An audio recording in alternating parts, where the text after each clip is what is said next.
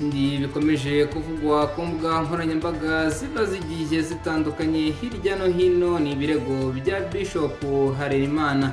Bishop Harerimana yahamijwe ubuhemu no kugurisha ikintu cy'undi. Urukiko rw'ibanze rwa Gasabo rwahamije Bishop Harerimana Jean Bosco wayoboraga itorero Zerafati Holy Church ibyaha by'ubuhemu no kugurisha ikintu cy'undi cyangwa kugitangaho ingwate rumuhanisha igihano cy'igifungo cy'imyaka 4 isubitswe mu gihe cy'imyaka 2 n'ihazabu ya miliyoni y'amafaranga y'u Rwanda.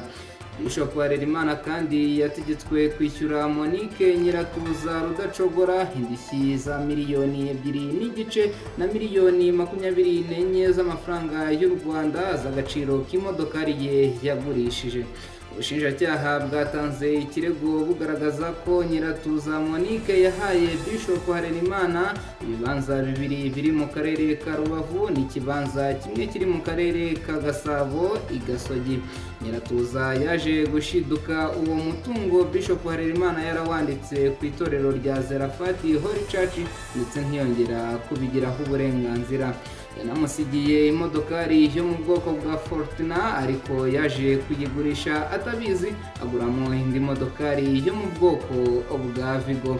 Ubushinjacyaha bwareze Bishop Harerimana icyaha cy'ubuhemu n'icyaha cyo kugurisha ikintu cy'undi cyangwa kugitangaho ingwate.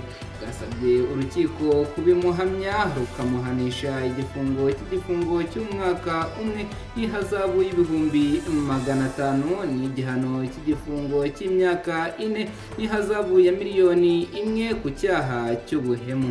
Ubushinjacyaha kandi bwagaragaje ko habayeho impurirane mboneza mugambi busaba ko ibihano yasabiwe kuri buri cyaha byateranwa nk'uko itegeko ribiteganya agahanishwa igifungo cy'imyaka 5 n'ihazabu ya miliyoni 1.5.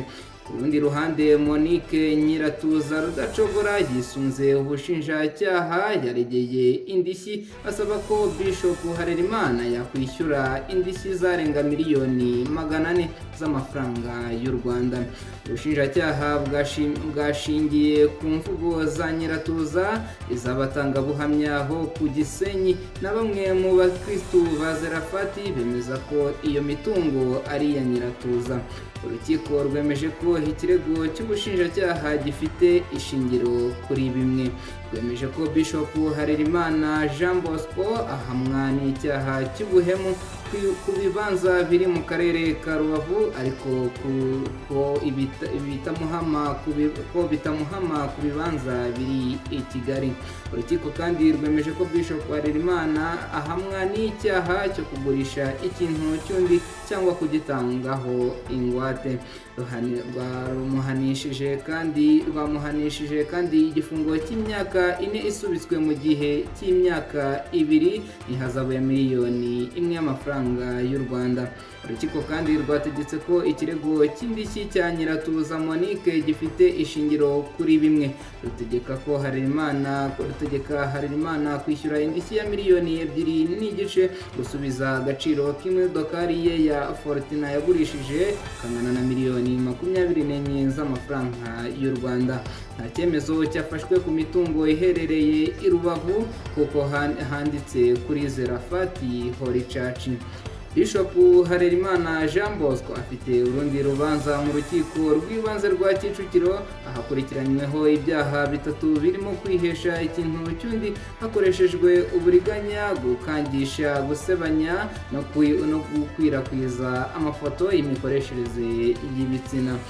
Mu rubanza areganwamo n'umugore we aho ubushinjacyaha bwamusabiye guhanishwa igifungo cy'imyaka 7 naho umugore we agahanishwa igifungo cy'imyaka 3.